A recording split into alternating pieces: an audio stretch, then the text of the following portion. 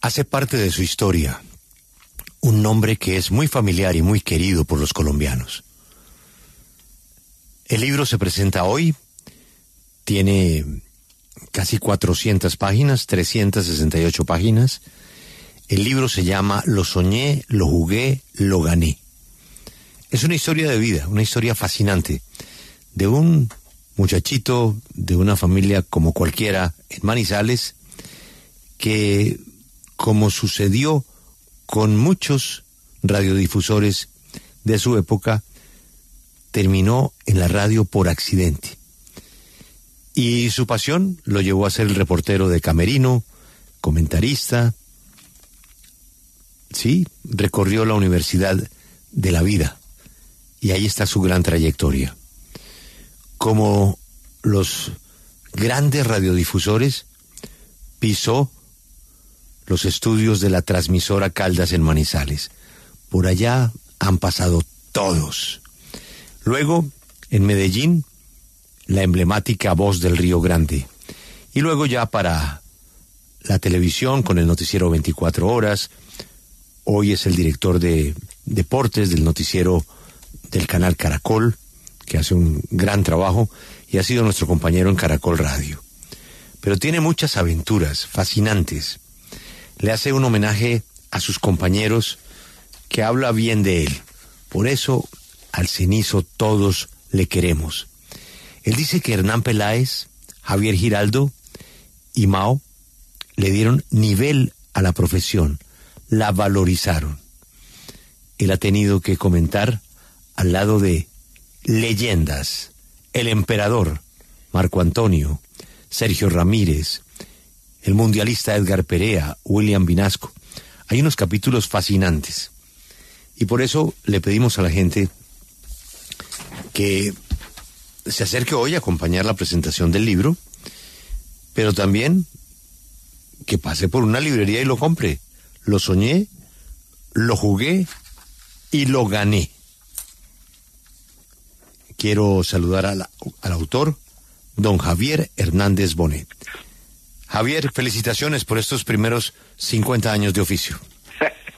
Julio, muy buenos días, muy generoso, de verdad que me emociona esta presentación, siento que es un reconocimiento inmerecido, pero lo único que he tratado es de acertar en medio de los deseos apasionados de ser mejor todos los días, pero también de los errores que los llevan a aprender justamente para poder ser mejor. El libro trata de eso, ahí no hay nada, ninguna historia que me contaron, sino es una historia de todo lo que viví, con los diversos personajes, con acciones muy polémicas, porque hay apuntes muy polémicos, muchos de ellos inéditos, que quería compartir con la gente ya ahora que se baja el telón, dejarle a las nuevas generaciones un espejo donde mirarse. Bueno, yo no quiero dañar el libro, pero es que tiene unos cuentos que son muy bravos. Sí. Voy a ver cuál, gastémoslo de una vez, a ver cuál. Gastemos el de Maturana por la pregunta que me hace Alberto. Le digo, sí. No, este tipo iba al dentista, al odontólogo, el doctor era Francisco Maturana. Y de pronto Maturana lo recomienda para el Caldas, de ahí pasa al Nacional y después termina la leyenda de Maturana en la Selección Colombia y varios equipos internacionales. Y Alberto me hace una pregunta que es la que le traslado. Sí. ¿Y usted cómo sabía el genio que había detrás de Maturana? Mire, esa es la historia de un chiviador chiviado. Normalmente en esa época el dar la primicia, eso era lo único que existía. Uno con el tiempo aprende que la primicia uno la da, pero el valor es cómo la desarrolla. Y casualmente me llama el doctor Carlos Fernando Giraldo, el presidente del Caldas, y me dice, necesito un director técnico, urgente un director técnico. Y entonces yo le recomiendo a Hugo Gallego. Le digo, hay uno que es Hugo Gallego. Hugo Gallego es un heredero de todos los conceptos futbolísticos del profesor Ricardo de León. Ese es un fijazo, trabaja espectacularmente, yo lo he visto, yo voy a los entrenamientos, no se equivoca con él. Y llegó el nombre a la Junta Directiva del Caldas, lo derrotan y nombran a Hernando Piñeros, exjugador del Caldas y de Santa Fe, lo nombran como director técnico y Piñeros dura muy poquito tiempo. Yo estaba asistiendo como paciente de Pacho Maturana, que recién estaba volviendo al fútbol porque se había dedicado a su profesión de odontólogo, pero en ese año 83, con la llegada de Luis Cubilla, empieza a armarse una escuela y los directores técnicos de inferiores tenían la obligación de jugar como el equipo principal, y Cubilla pasaba todos los fines de semana a las distintas canchas a ver si se estaba aplicando o no los conceptos que él quería. Entonces Pacho tenía uno de esos equipos pequeños. Cuando vuelven y me llaman y me dice el doctor Carlos Fernando, ayúdeme, le digo, pero ya le hablé de Hugo Gallego, y entonces la respuesta no, es que el doctor Botero, un miembro de la Junta Directiva, dijo que Hugo Gallego era un recogebolas de Aníbal Ruiz. Le dije, no, pues así sí es muy difícil, no, pero necesito otro nombre para la Junta. Y le dije, está Pacho Maturana y hay una ventaja, que no tiene problemas de estómago. Es decir, si él va, seguramente que va a diseñar su propia historia, sin que los directivos le metan la mano ni en alineaciones, ni en contrataciones, ni en nada. Y yo quedé pendiente, los puse en contacto a los dos, y cuando menos pensé, prendí el radio en Caracol y escucho al Santi Martínez dando la noticia que Maturana iba para el Caldas. Yo toda la vida me guardé esta versión, esta intimidad, hasta cuando me dediqué a escribir el libro y hablé otra vez con Carlos Fernando Giraldo, exgobernador de Caldas y ex embajador de Colombia en Paraguay, y me agregó otros detalles más de esa fascinante historia de cómo llegó al fútbol profesional Pacho Maturana. Javier, uno de los capítulos más interesantes del libro es la Selección Colombia en Estados Unidos 1994. No le voy a preguntar por la chiva grande que hay ahí de los hermanos Gallón y lo que pasó, pero sí hay algo que me llama mucho la atención, porque usted, en esa época la Selección Colombia operaba desde la calle 94, es decir, desde la presidencia de Bavaria, allá se manejaba todo. Sí. El doctor Augusto López dijo, no, el tipo que tiene que ayudarnos con la selección es Javier. Y usted va con la selección y se entera de todas las intimidades de lo que pasó en 1994 y están en este libro, todos los detalles, todos. Pero hay uno que me llama la atención porque como espectador, además yo estaba en ese mundial, no lo detecté como lo escribe usted. Era la inestabilidad emocional que tenía en ese momento el pibe Valderrama, que inclusive por cuenta de una llamada telefónica del presidente de la República, a usted se le saltó la piedra. ¿Qué le pasaba al pibe que siempre era como el polo a tierra de la Selección Colombia, el gran líder, pero según su libro, el tipo estaba absolutamente desubicado? ¿Por qué? Julio, la historia tiene comienzo unos meses antes del viaje a Estados Unidos. El pibe sufrió una lesión. Esa lesión lo sacó de algunos partidos preparatorios, aceleraron su recuperación. Cuando él va al Campeonato del Mundo no estaba en plenitud de condiciones, y ya habían florecido otras estrellas. Ya Asprilla tenía mando, Rincón tenía mando, los otros jugadores como el Tren Valencia tenían una voz más fuerte al interior de la selección, y es cuando se presenta un episodio que Pacho Maturana reconoce, y es cuando le pide a los jugadores, después de que se pierde contra Rumania en el primer partido, le pedía a los jugadores, por favor devolvamos el equipo al pibe. El pibe estaba desconectado y cada uno tenía, esa selección tuvo el grave problema, Julio, tuvo el grave problema de que la mayoría de los jugadores no habían ganado nunca plata, excepto Asprilla, que ya tenía contrato millonario, Freddy, y de pronto, si no estoy mal, ya había buenas ofertas por el Tren Valencia. Entonces cada uno fue a una concentración mal pensada, mal diseñada, un hotel con muchas puertas de ingreso, y se convirtió ese lobby del hotel en una especie de plaza de mercado. Allá llegaba el de Adidas, llegaba el de Nike, llegaba el de Cop Sportif, todos ofreciendo, tómese esta foto con esta gorra, póngase estos guayos, yo le pago tanto, y eso parecía una bolsa de valores, cuál marca era la más penetrante, y le daban a los jugadores fueron perdiendo todos absolutamente el foco. Yo cuento ahí en el libro que se presenta un detalle que retrata exactamente lo que se sentía en el interior de esa selección, y es el que muere el hermano de Chonto Herrera en medio de la competencia, y cuando se cita a una misa en la habitación del Chonto Herrera, no vamos sino 5 personas. De resto nadie se dio por enterado. Entonces no había esa integración, había futbolistas, pero no había grupo, no había equipo. Y eso atentó contra el desarrollo final del campeonato sin ninguna duda. Pues yo ya tengo muchas ganas de leer el libro, porque me quedé ahí antojado con toda la historia. Quedé muy, muy antojado con la historia, y no sé, porque ya que están esas cosas, quiero saber algo, porque siempre me ha quedado un misterio con el tema de Selección Colombia. Sí. ¿Qué fue lo que pasó con el Palomo Uzurriaga? Porque el Palomo para mí fue de esas figuras que tuvo que llegar a otro nivel, al nivel que de pronto mostró en Independiente de Argentina. Javier, no sé si está en el libro o no sé si se puede decir algo, pero ¿qué pasó con el tema del Palomo? Con el tema del Palomo no está relatado en el libro, porque se tienen 50.000 versiones. Yo reconozco en el Palomo Uzurriaga un excelente jugador, pero el Palomo definitivamente no era fácil, no porque fuera una persona mala, sino porque él tenía un cuerpo de hombre y una cabeza de niño. Él pensaba siempre como niño.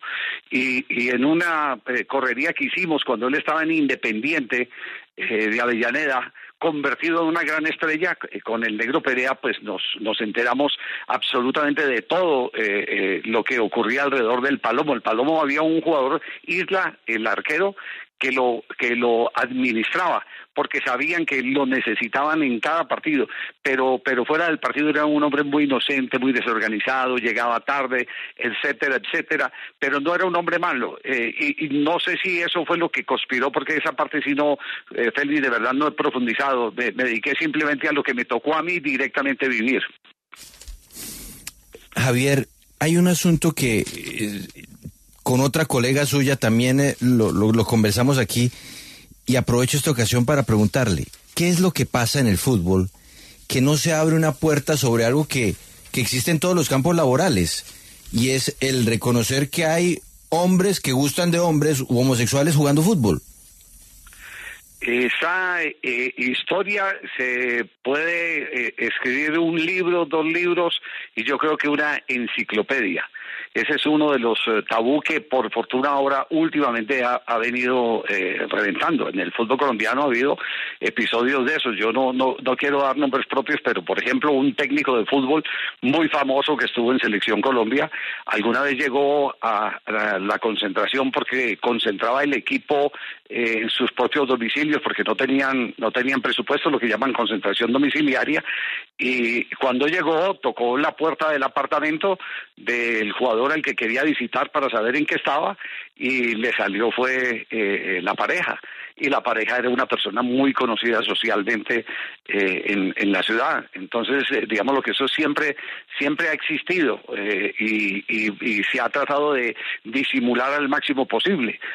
Hay historias de jugadores que tenían comportamientos varoniles realmente contundentes, que se daban puños con cualquiera, y todo el mundo sabía que en la noche era totalmente una dama.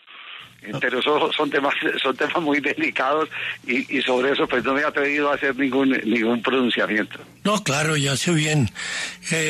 Javier, su estilo profesionalmente es algo que llama mucho la atención, porque es un estilo propio en el que usted desarrolló una carrera pues francamente muy exitosa. Es muy agradable escucharle a usted su relato profesional, y es por lo que acabo de decir, porque su personalidad es muy diferente al resto de sus compañeros. Quería preguntarle sobre la selección de Estados Unidos donde la crisis fue como muy grave. Recuerdo que el presidente Gaviria tuvo que ir a Estados Unidos porque la crisis llegó a un nivel demasiado grave, así como para que los jugadores estaban todos deprimidos y no querían salir a la cancha. ¿Ese cuento tiene veracidad o es un invento? Yo no sé si el propósito, doctor Casa, fue directamente ir a medir el estado de ánimo de los jugadores, pero sí, evidentemente el presidente Gaviria estuvo ahí. Y uno de los episodios que yo cuento en el libro, en medio de la rebeldía del Pío Valderrama, de quien tengo que decir fue rebelde allá y fue un libertador después de que terminó el Mundial, porque el Pío Valderrama lo que hizo fue demostrarnos a todos que era un varón, mientras todos, por recomendación de Pacho, el único que no siguió la recomendación fue Andrés Escobar, tristemente estaban en sus casas, no se hicieron visibles, algunos se fueron a fincas. El Pío Valderrama llegó y entró a los estadios de Colombia silbado y salía aplaudido.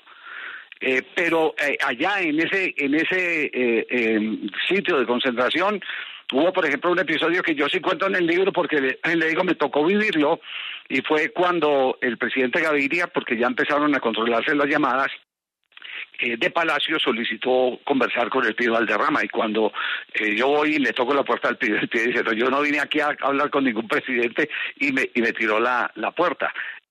Después yo comprendí absolutamente todo lo que sentía el pibe, y si hoy hacemos una radiografía de cómo es el pibe es eso, una persona temperamental, sincera, contundente, pero muy, muy frentera, lo que indica que es un hombre totalmente auténtico. El libro cuenta algo que se sabía pero que nadie se atrevía a decir. El momento que vivía Barranquilla, por ejemplo, en la despedida del pibe Valderrama. En esa despedida había problemas con el estadio y eso lo resolvió Jorge 40. Las boletas no se vendían y entonces las compró Enilce López.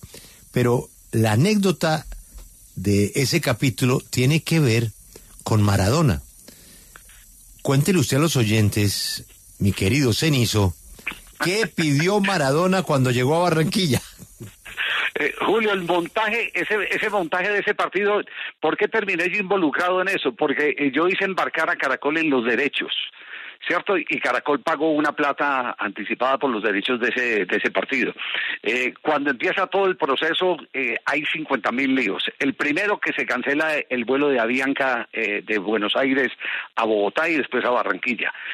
Jorge Bermúdez desde el aeropuerto se devuelve, y aquí surge un personaje que en ese momento era de lo más odiado que tenía Colombia, José Luis Chilaver.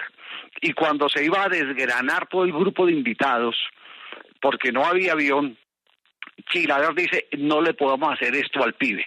Y empieza una gestión con parte de los accionistas del proyecto, que eran los de Food Play, y se consigue un vuelo de Boliviana de Aviación, un charter. Los jugadores permanecieron, gracias a Chilaver, ahí durante muchas horas, se montan en el charter, recogen al Diablo Echeverri en Bolivia y se vienen para Barranquilla. Pero entonces en Barranquilla estaban esperando por otro lado a Diego Armando Maradona. Maradona no se montó en el vuelo que correspondía. Ya se había anunciado con vuelos y platillos la llegada de Diego Armando Maradona para la despedida del pibe.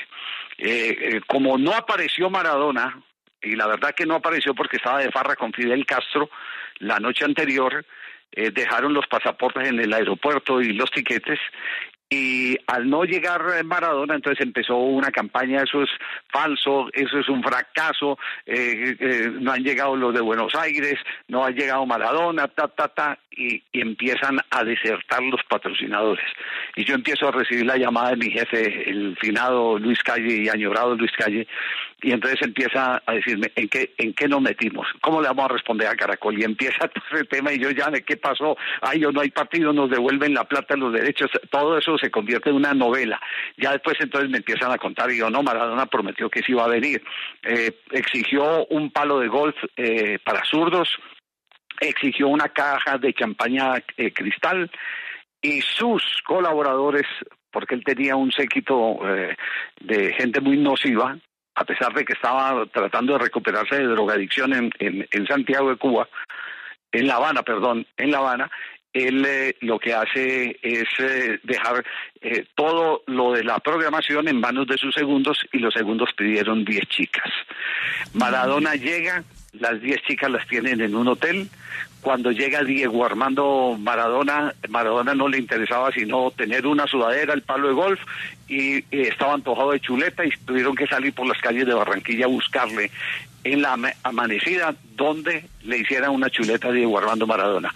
Conclusión, llegaron cuando ya estaba de amanecida.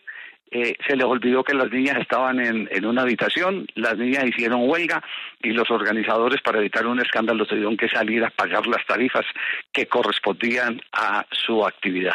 Ese fue el episodio. Y lo que dice Julio, que está contado en el libro, como todo lo malo tiende a empeorarse, faltando 24 horas, se dijo del líder de Barranquilla, no hay estadio porque no han llenado los requisitos.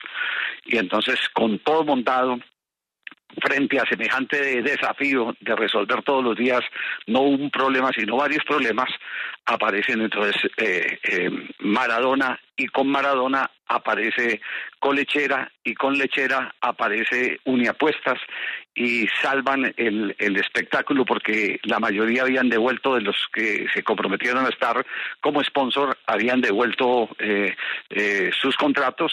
Al ver a Maradona y que esto floreció, pues inmediatamente entonces ya sí querían entrar, pero ya ese puesto estaba ocupado. La Gata compró el 50% de la boletería, la otra boletería el 50% la vendió el Heraldo, que fue el único medio que se mantuvo firme, y ya no faltaba sino el que dijeran que no prestaban el estadio, y ahí fue donde apareció Jorge 40, en un par de llamadas movió toda su maquinaria política, y en 15, 20 minutos ya el problema estaba resuelto, y termina haciéndose la despedida más inolvidable que haya tenido un deportista colombiano de la actividad, como el caso de Carlos El Pío Valderrama. Javier, sin duda alguna, poca gente en Colombia como usted conoce el negocio del fútbol y lo que se mueve tras bambalinas, y yo quiero preguntarle, más que por lo que ha pasado en estos años, es por el futuro. A mí me llamó mucho la atención y me gustó mucho una entrevista que usted dio ahora durante la Copa América de este año, explicando el tema de los derechos y por qué Caracol y RCN solo podían tener unos pocos partidos, y cómo ha ido cambiando ese negocio, y cómo cada día es más difícil que podamos ver fútbol por televisión abierta, como lo hace Caracol y como lo hace también RCN con la Selección Colombia. ¿Cómo ve usted el futuro del negocio en ese sentido? Muchos dicen que el próximo Mundial probablemente ya lo veremos a través de una plataforma, o se meterán Apple, Amazon, Netflix, y poco a poco la televisión irá quedando al margen de ese negocio. ¿Cómo ve usted el futuro para un país como Colombia, que no es un mercado muy grande, en ese tema de derechos, y lo que va a pasar para nosotros los televidentes? ¿Cómo va a cambiar el tema de ver fútbol internacional y ver a la selección en televisión o YouTube, plataformas, no sé? Juan Pablo, mire, el negocio va a quedar, los mencionaste, las plataformas, el negocio va a quedar entre los grandes, no para este próximo mundial, porque este próximo mundial ya está firmado, no con el número de partidos que se quisiera, porque la mayoría se reservan para la televisión cerrada. La televisión abierta le dan muy pocos partidos. Uno se preguntará, ¿y por qué le siguen dando a la televisión abierta si a ellos les interesa ese el otro negocio? Porque tampoco quieren entrar en confrontaciones con el Estado. Eso pasó en Argentina. En Argentina, cuando se llevaron la selección al cable y se la negaron a la televisión abierta, el Estado intervino y dijo, no, momentico, este es un símbolo nacional, la selección la tienen que ver los argentinos sin pagar, porque no todos tienen acceso a la televisión paga. Y entonces se creó como una especie de antecedente. Yo digo que ese antecedente se puede conservar, pero al final los que van a quedar con los grandes eventos, y esa es la jugada, por ejemplo, de Apple al llevar a Messi a Estados Unidos, a la MLS, es seguir afianzando, abonando, y ellos son los que se van a quedar, esas grandes compañías son las que se van a quedar definitivamente con los espectáculos de masa, como por ejemplo los mundiales, e inclusive en el futuro los mismos Juegos Olímpicos. Lo soñé, lo jugué, lo gané. Es el libro de Javier Hernández Bonet. Javier, ahora le pregunta a Natalia, que es nuestra voz deportiva en la W, que tiene la edad que usted tenía cuando entró a la transmisora Caldas. ¿Recuerdos? Hola, Nati. Hola, Javier, un gusto y de verdad felicitaciones por una carrera llena de éxitos y pues por supuesto ser también uno de los referentes para muchos que estamos en este camino del periodismo deportivo. Y sí quiero preguntar por un tema muy puntual, pues a lo largo de su carrera me imagino que ha visto muchos aciertos, fracasos y revelaciones deportivas. En los últimos años, pues el fútbol femenino y sobre todo el colombiano se ha posicionado. ¿Cómo lo vio usted y de qué manera cree que quizás deberíamos cambiar inclusive el mismo lenguaje mediático ante este fenómeno e inclusive con las mujeres deportistas? No, ese es un fenómeno incontenible en todas partes. Es decir, el crecimiento que ha tenido el fútbol femenino está por encima del 30% en el último estudio que nos presentaron y que proviene de fuentes cercanas a la FIFA. El fútbol femenino no hay quien lo contenga. Lo que hay es que afianzarlo, y nosotros estamos en deuda aquí en Colombia. El fútbol femenino merece un campeonato mucho más serio, no un campeonato de 3-4 meses para poder seguir disputando. Fíjese, hoy juega la selección de Colombia frente a la selección de Brasil. Antes recibíamos como 4 o 5 goles partido tras partido. El partido ya les empatamos en la Copa América. El partido que se jugó el fin de semana le costó a Brasil empatarle a Colombia. Terminó 1-1 y hoy la historia es el que Colombia es potencia a la altura de Brasil en el fútbol femenino, con la diferencia de que muchas de nuestras jugadoras actúan en el fútbol de Brasil porque allá sí les dan contrato y les dan una temporada larga para que puedan estar en plena actividad. Si nosotros reestructuramos nuestro pensamiento y le damos cabida al fútbol femenino como corresponde, no tengo la menor duda que hay tanta calidad como la que encontramos en el fútbol masculino. Javier, quiero ir a la narración, a los partidos, a la cabina de radio en el Atanasio Girardot, con Jorge Eliezer Campuzano, con el que hablé en estos días, tuve una charla muy amable con él. ¿Cómo ha cambiado? ¿Ah? Mi maestro. Ahí sí, señor, es que le decía yo que él hace parte de mi memoria auditiva, así como usted también lo hace parte. ¿Cómo ha cambiado ese mundo de la narración, de lo que era la transmisión de esa época con los animadores en la tribuna, lo que soy, todo eso? ¿Cómo ha visto esa evolución? Uy, esa es una evolución muy dura. Yo creo que, para bien el hecho de los animadores que haya desaparecido, porque le da más seriedad al espectáculo como tal, porque se había llegado a unos grados que todos tenemos que admitir de ridiculez. Yo cuento en el libro, por ejemplo, que nosotros pensábamos cuando íbamos a contratar un reportero, si ese reportero era rápido para que pudiera agarrar al mejor de la cancha apenas el árbitro pitara el partido. Y ahí hay una anécdota con Víctor Epanor cuando debutó en Independiente Medellín. A un lado estaba Gustavo Edgar Rentería Pino y por el otro lado estaba Mario Duque. Y apenas pitó el árbitro, se metieron a la cancha y resulta que había pitado, era un tiro libre y el estadio lleno y la gente silbando. Era una tarde lluviosa. Luego, cuando ya pita de verdad la conclusión del partido, estos salen en un mano a mano, la gente se reía, salen en un mano a mano. Y cuando iban llegando a la posición donde estaba Víctor, a ver quién le ponía los audífonos primero para que hablara, se chocan entre los dos y tumban a Víctor Epanor. Mario Duque, que fue mi jefe. Mario Duque fue mi jefe. Eso fue el ridículo más grande editorial del colombiano, César Giraldo Londoño. Digamos que esa parte está bien que haya desaparecido. Yo lo que digo, y esto juega en contra de los periodistas nuevos, porque no tienen la oportunidad, Félix, que nosotros tuvimos. Nosotros nos sentábamos en el banco al lado de los técnicos y los jugadores suplentes. y uno escuchaba absolutamente todas las indicaciones.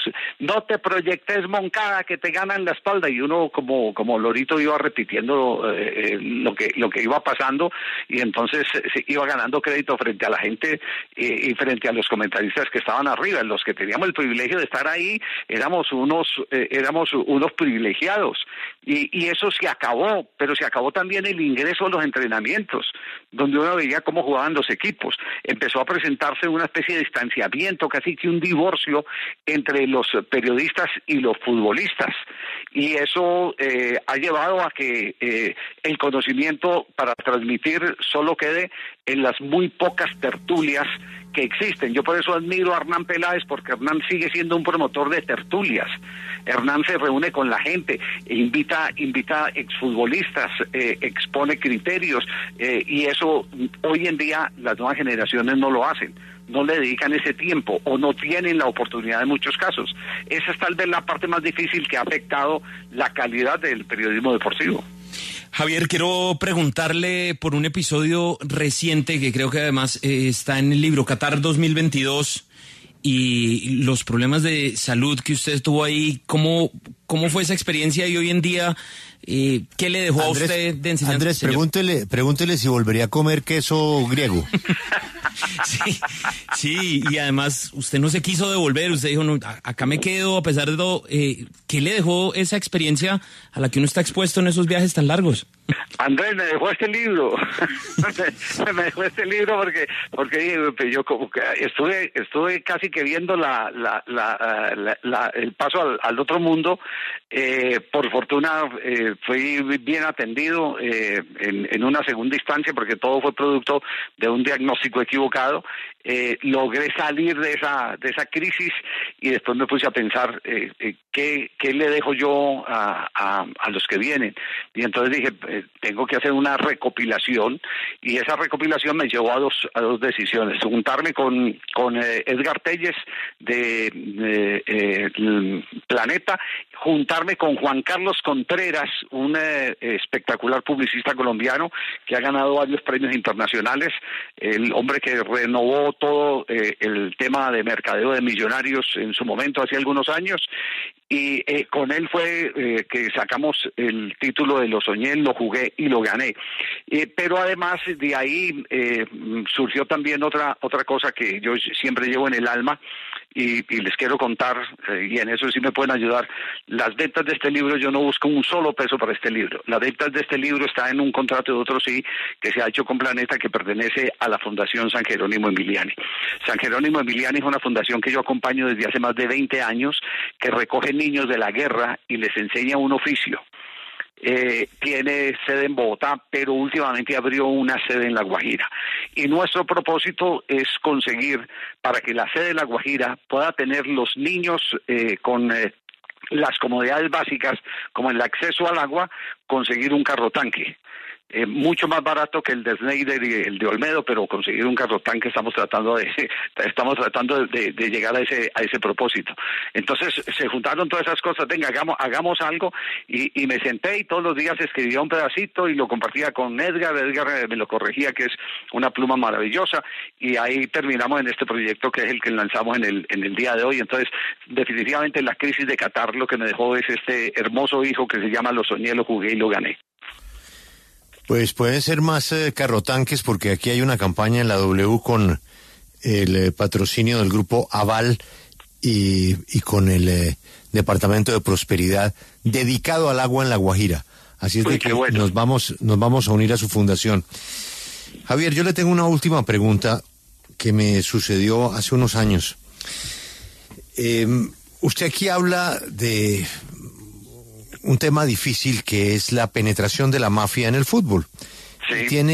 Tiene nombres ahí que fueron determinantes, como el de Fanor Arizabaleta, o el caso de los Gallón y lo que pasó con Andrés Escobar, que no voy a dañar la primicia del libro porque me parece muy jugosa. Pero en una visita periodística a una cárcel en los Estados Unidos, con una de esas personas que tuvo que ver con el fútbol, de las que quedan todavía, porque todavía quedan muchas que tuvieron que ver con el fútbol, me decía: yo sé que nosotros somos unos criminales, yo sé que nos portamos muy mal, Pero sería bueno analizar qué habría pasado con el fútbol, y no entro a decirle la región del país, sino en general, qué habría pasado con el fútbol colombiano si la mafia no se mete. ¿Habrían llegado los jugadores que llegaron? ¿Se habrían hecho las transacciones que se hicieron?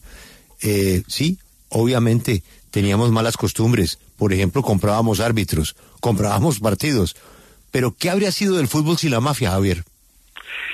Llegaron en un momento, yo digo que el fútbol es igualito al país, es la fotocopia del país. Al mismo tiempo que llegaron a la mafia, llegaron a las empresas. Por eso yo siempre hablo, porque lo conocí ahí estrechamente, que uno de los grandes valores que tuvo el empresariado antioqueño fue montar esa famosa telaraña donde no era dueño de un pedacito de Suramericana dueño de un pedacito de la otra empresa, y entonces era muy difícil penetrar, lo que no pudo contener Cali, donde la mayoría de las empresas terminaron permeadas, y el fútbol terminó en eso, evidentemente. Nosotros entendíamos que ese era un juguete de los señores que se apoderaron del fútbol, pero sí valorizaron evidentemente a los jugadores colombianos, les dieron etiqueta de exportación, hicieron que se tuvieran figuraciones muy importantes, como haber disputado finales de Copa Libertadores y haber ganado una, en el caso del Atlético Nacional, pero igualmente, si usted revisa, Julio, no es solo el fútbol, sino que es por todo lado por donde ellos penetraron. Y hay un montón. Si hoy pudiera hacer uno el ejercicio sanamente de cuántos traquetos invisibles se retiraron y se quedaron con importantísimas empresas, nos asustaríamos, porque muchas empresas que hoy ve usted de gran fachada, muy prestigiosas, muy transparentes, muchas tuvieron fogonazos en su momento de la plata del narcotráfico. Pues hay un capítulo en el libro que se llama La confesión de Efraín Pachón sobre jugadores y la mafia de Cali. Y no más, porque nos estamos tirando el libro. Querido Javier, muy agradecido. Un abrazo, mucha suerte esta noche con Jorge Alfredo en la presentación del libro. Invitamos a la gente que es por una linda causa a comprar Lo Soñé, Lo Jugué y Lo Gané. Y que siga ganando más partidos, Javier. Muy amable, gracias, Julio, a todos ustedes muy generosos.